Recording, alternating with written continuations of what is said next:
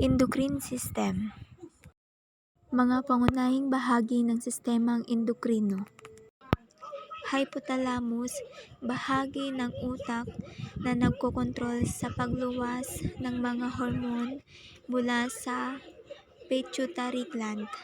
Number 2, pituitary gland. Nasa ilalim ng hypothalamus, nagluluwas ng iba't ibang hormone na nagkokontrol sa ibang glandula. Number 3, thyroid gland. Matatagpuan sa leeg, responsable sa metabolismo ng hawak. Number 4, parathyroid glands. Sa radiat na glandula sa likod ng thyroid, nagre-regulate ng calcium sa dugo. Adrenal glands, matatagpuan sa ibabaw ng kidneys, nagluluwas ng hormones para sa stress tulad ng adrenaline at cortisol.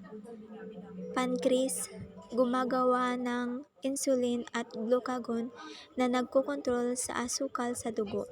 At ovary sa babae at testes naman sa lalaki, nagigibo ng sex hormones tulad ng estrogen at testosterone. Kahalagahan ng sistemang endokrino.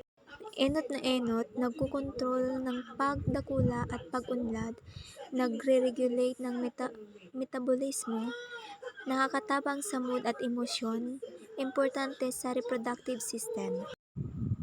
Ang sistemang endokrino ang hilom pero mahalaga na tagambantay kan katawan. Sa lawas ta may sistemang hilom pero dakulang parte sa pang-oral daw ta nabuhay.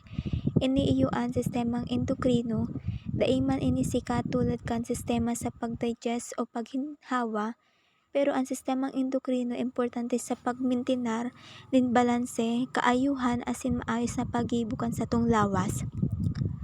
Ang sistemang endokrino kompuesto nin mga glandula na nagigibo nin mga hormona, mga kemikal na mensahe na naglalakaw sa satong dugo tanganing magtaon nin mga instruction sa iba't ibang parte kan lawas.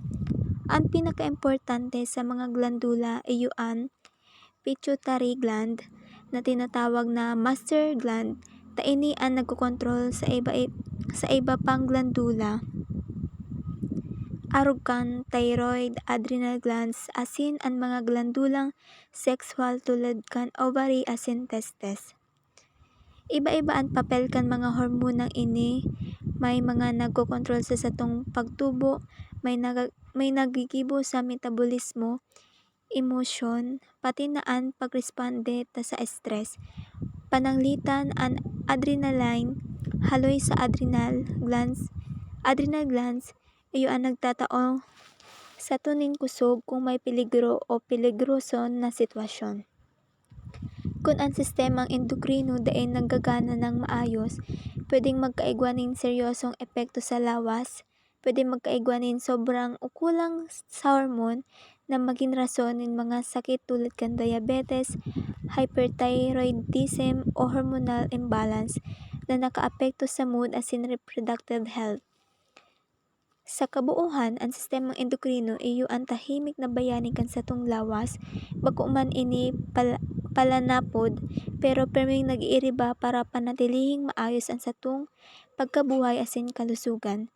Kaya dapat ta ini gibuhonin importansya asin pangalagaan sa paagi nin malinig asin marhay na pamumuhay.